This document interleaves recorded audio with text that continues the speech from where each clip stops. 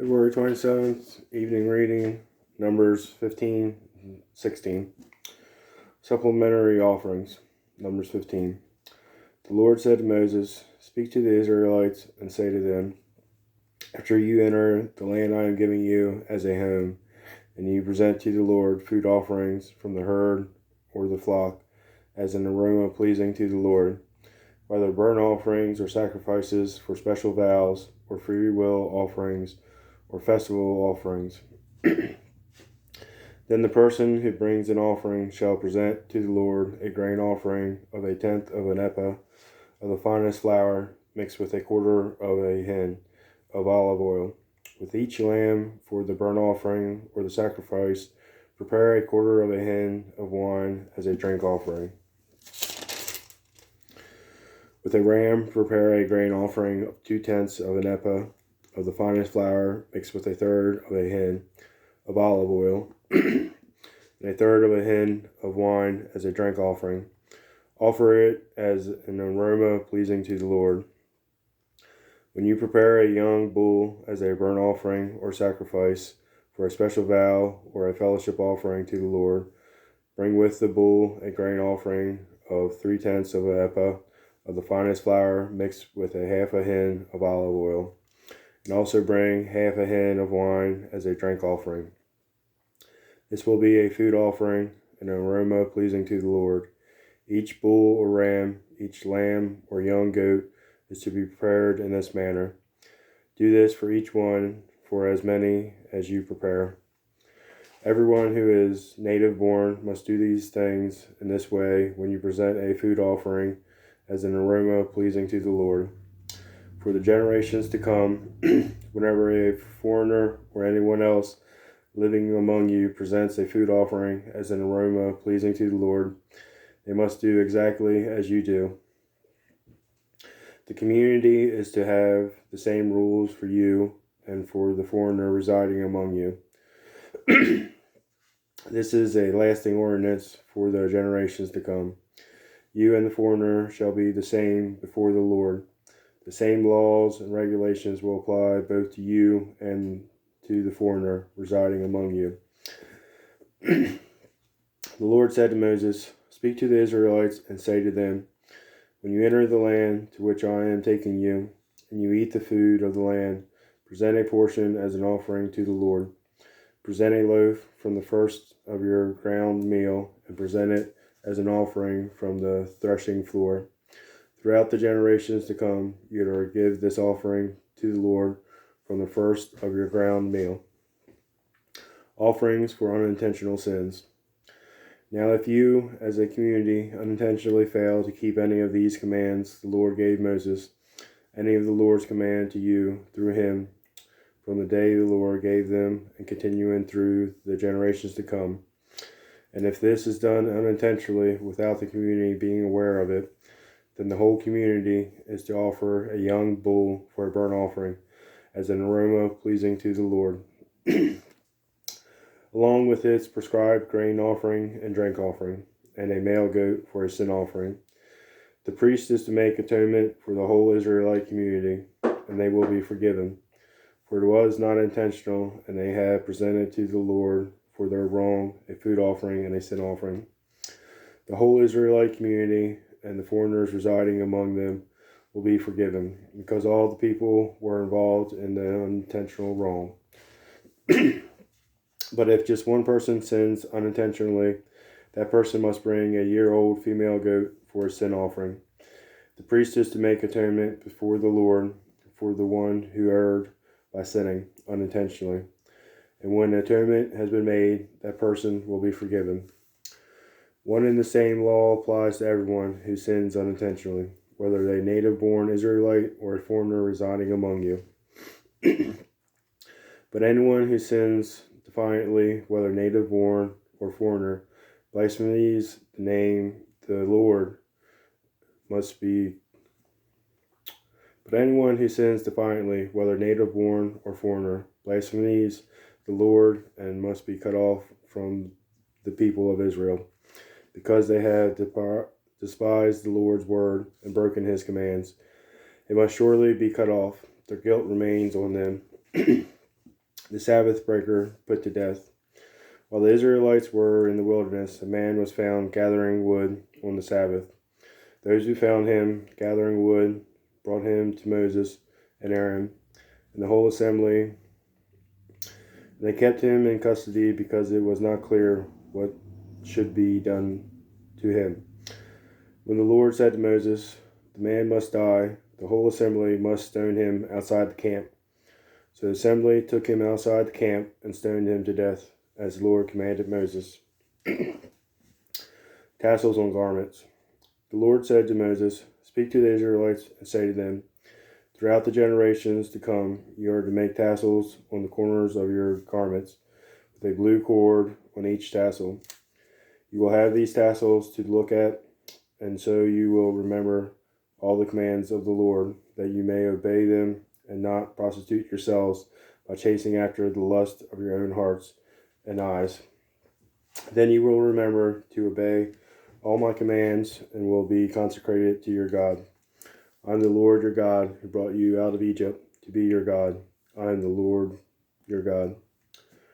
Korah, Dathan, and Abiram. Numbers 16. Korah, son of Izhar, the son of Kohath, the son of Levi, and certain Reubenites. Dathan and Abiram, sons of Eliab, and On, son of Peleth, became insolent and rose up against Moses. With them were 250 Israelite men, well-known community leaders who had been appointed members of the council. They came as a group to oppose Moses and Aaron and said to them, "You have gone too far. The whole community is holy, every one of them, and the Lord is with them. Why then do you set yourselves above the Lord's assembly?" When Moses heard this, he fell face down. Then he said to Korah and all his followers, "In the morning the Lord will show who belongs to him and who is holy, and he will have that person come near him. The man he chooses, he will cause to come near him. You, Korah, and all your followers are to do this. Take sezners, and tomorrow put burning coals and incense in them before the Lord. The man the Lord chooses will be the one who is holy. You Levites have gone too far." Moses said to Korah, "Now listen, you Levites, isn't it enough for you that the God of Israel has separated you from the rest of the Israelite community and brought you near himself to do the work at the Lord's tabernacle and to stand before the community and minister to them? He has brought you and all your fellow Levites near him, but now you are trying to get the priesthood too. It is against the Lord that you and all your followers have banded together. Who is Aaron that you should grumble against him?" Then Moses summoned Dathan and Abiram, the sons of Eliab, but they said, "We will not come. Isn't it enough that you have brought us up out of a land flowing with milk and honey to kill us in the wilderness? And now you also want to lord it over us? Moreover, you haven't brought us into a land flowing with milk and honey, or given us an inheritance of the fields and vineyards. Do you want to treat these men like slaves? No, we will not come." Then Moses became very angry and said to the Lord, "Do not accept their offering. I have not taken so much as a donkey from them, nor have I wronged any of them."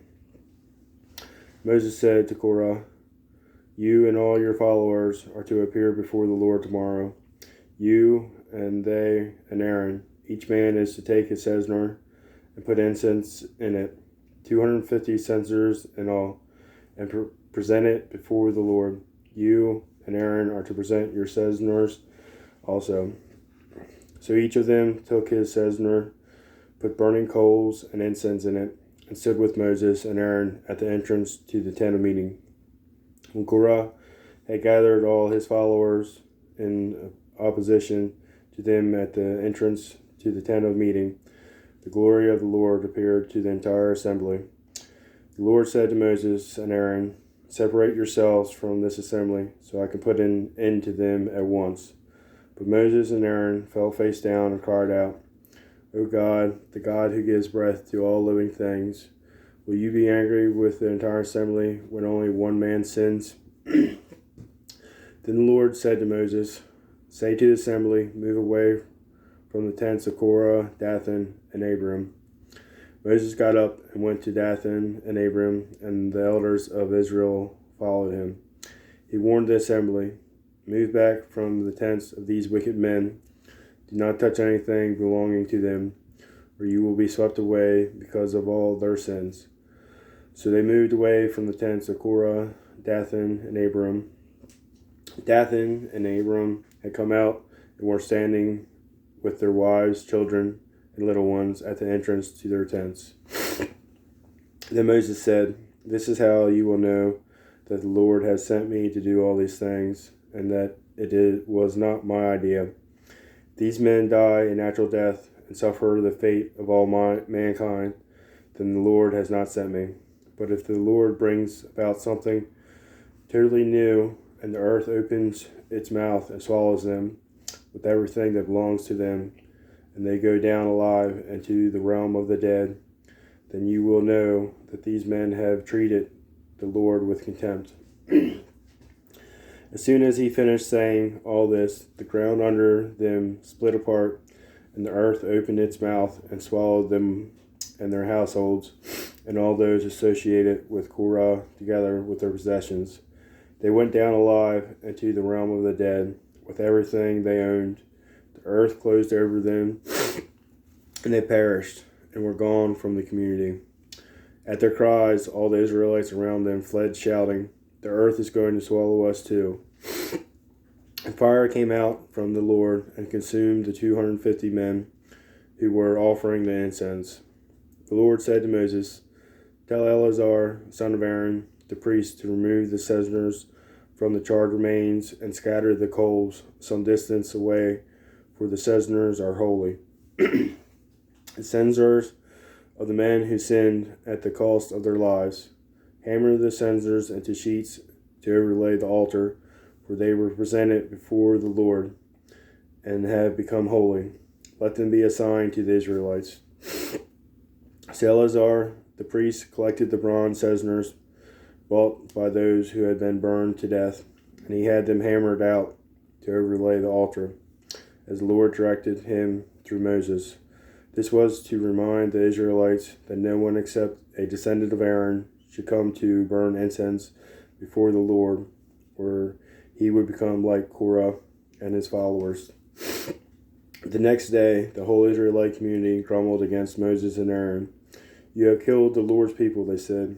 But when the assembly gathered in opposition to Moses and Aaron and turned toward the tent of meeting, suddenly the cloud covered it, and the glory of the Lord appeared. Then Moses and Aaron went to the front of the tent of meeting, and the Lord said to Moses, "Get away from this assembly, so I can put an end to them at once." And they fell face down. Then Moses said to Aaron, "Take your censer and put incense in it, along with burning coals from the altar, and hurry to the assembly to make atonement for them. Wrath has come out from the Lord, the plague has started." So Aaron did as Moses said, and ran into the midst of the assembly. The plague had already started among the people, but Aaron offered the incense and made atonement for them. He stood between the living and the dead, and the plague stopped. But 14,700 people died from the plague, in addition to those who had died because of Korah. Then Aaron returned to Moses at the entrance to the tent of meeting, for the plague had stopped. That concludes our reading.